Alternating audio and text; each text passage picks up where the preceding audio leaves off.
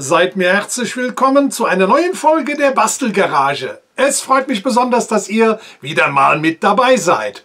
Und zwar in naher Zukunft habe ich ein etwas größeres Projekt und davon ist dann ein kleines Teil. Da müsste ich mir solche Löcher hier, die habe ich mir ausgeschnitten. Kann man das sehen? Hier innen drin ist das ziemlich rau, ist das alles weggebrochen. Und das müsste ich ja normalerweise mit dem Schleifpapier hier drin irgendwie so rumfummeln. Und dann habe ich mir das hier überlegt. Das hier ist jetzt Eichenholz.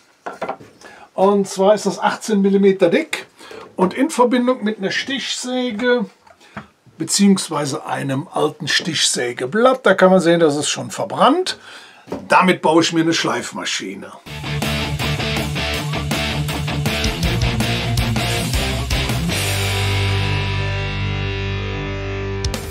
Eigentlich, wie fast immer, sind das hier so Reststücke. Das ist Eichenholz, das ist 18 mm breit und, Moment, ich schaue mal gerade nach, das ist so 4 mm, 5 mm dick. Dann habe ich hier noch ein anderes Reststück, das ist dann etwas dicker, das hier sind 8 mm dick. Die Maße sind leider nicht für alle verbindlich, weil jede Stichsäge hier ein anderes Maß mehr oder weniger hat. Also das eine Brett müsste hier reinpassen, sollte noch Luft haben und macht es nicht zu groß, denn wenn ihr das mal nachbauen solltet, denn ihr müsst in solche Löcher reinkommen.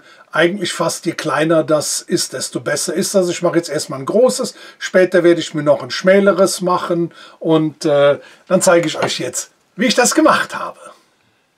Zunächst einmal habe ich mir das Sägeblatt einfach eingespannt. Dann habe ich mir das Ganze natürlich, ohne dass da Strom drauf ist, hier nach unten rausgezogen, dass das komplett raussteht. In meinem Fall befindet sich hier ein Sicherheitshaken. Da muss ich natürlich aufpassen, das muss ja das muss ja dazwischen passen. Deshalb hier ruhig ein bisschen Spiel lassen. Und dann lege ich das hier hin und zeichne mir einfach mal die Länge, die ich haben muss, hier an. So, und das schneiden wir uns mal hier ab. Das zweite breitere Holz schneide ich mir direkt in der gleichen Länge ab. Ich lege die übereinander und dann schneide ich die hier an der Bandsäge ab.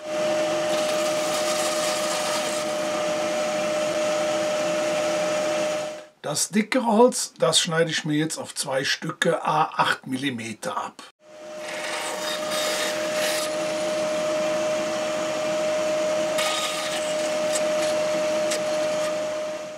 Jetzt kleben wir einfach die Seitenteile hier auf.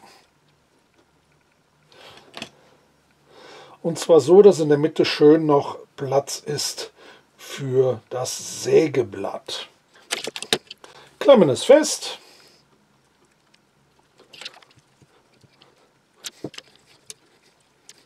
Und lassen es so ein wenig trocknen. Das schleife ich dann nachher hier an den Kanten ein bisschen gleichmäßig, beziehungsweise breche ich auch hier diese Kanten ein bisschen.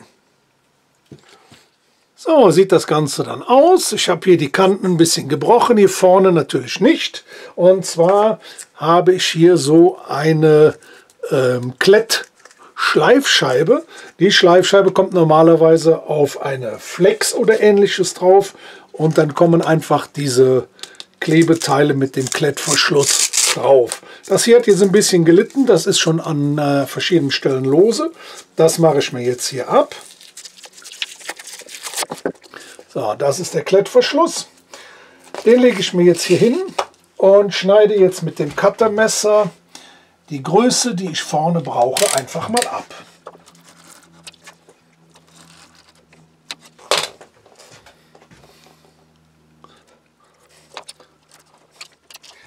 Dann rühre ich mir hier 2 Komponentenkleber an.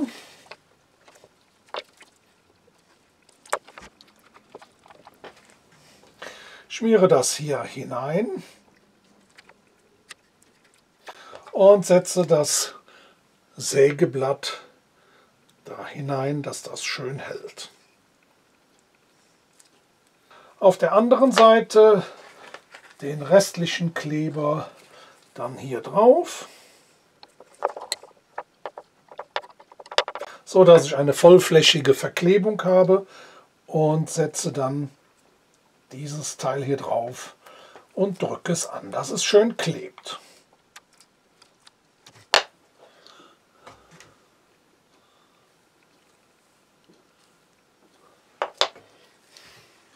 So sieht das gute Stück jetzt aus. Das ist prima getrocknet. Und jetzt habe ich hier so eine Schleifscheibe mit dem Gegenstück vom Klettverschluss. Das mache ich mal hier so am Rand drauf. So, damit klebt das schon. Und das schneiden wir einfach rechts und links jetzt ab.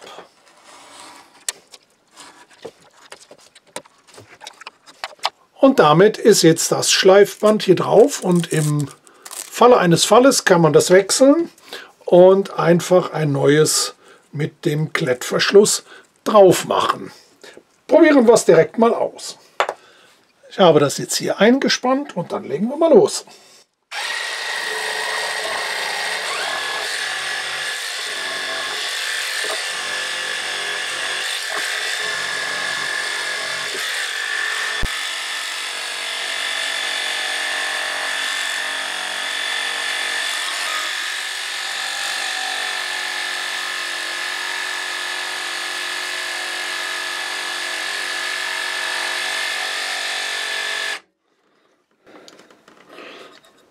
Und damit ist das richtig schön glatt innen drin.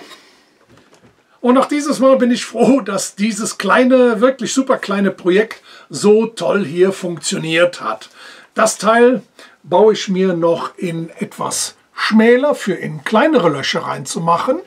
Also es hat wirklich den Vorteil, dass wenn man die Maschine aufsetzt, dass das Ganze hier winklig ist. Das heißt, dass man das Loch, was man, oder das Eck, das Viereck, was man da drin hat, dass das genau senkrecht reingeschliffen, glatt geschliffen wird.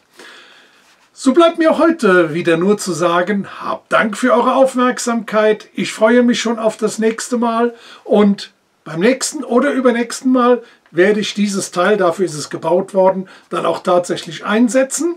Ich freue mich auf euch, wünsche euch noch eine schöne Woche. Bis dann, Gruß, euer Jürgen.